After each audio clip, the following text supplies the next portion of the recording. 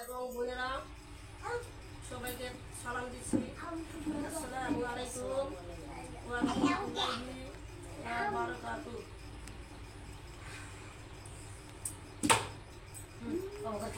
মজমার মধ্যে আমি বসেছি,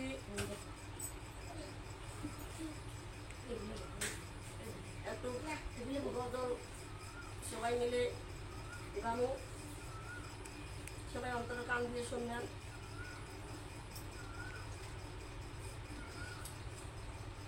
যখন আমরা মা বোনেরা একত্রিত হইয়া গোলাকার আকারে মজমার মধ্যে বসে যাই, তখন লক্ষ লক্ষ ফেরেশতা ওই জায়গায় এসে হাজির হয়ে যায়। যেই জায়গার মধ্যে দিনের বিষয়ে আলোচনা করা হয়, সেই জায়গার মধ্যে আল্লাহ পাকের অগণিত ফেরেশতা হাজির হয়ে যায়। তাই আমরা মজমার মধ্যে সবাই বসেছি, একটা সুন্দর গজল গাবো।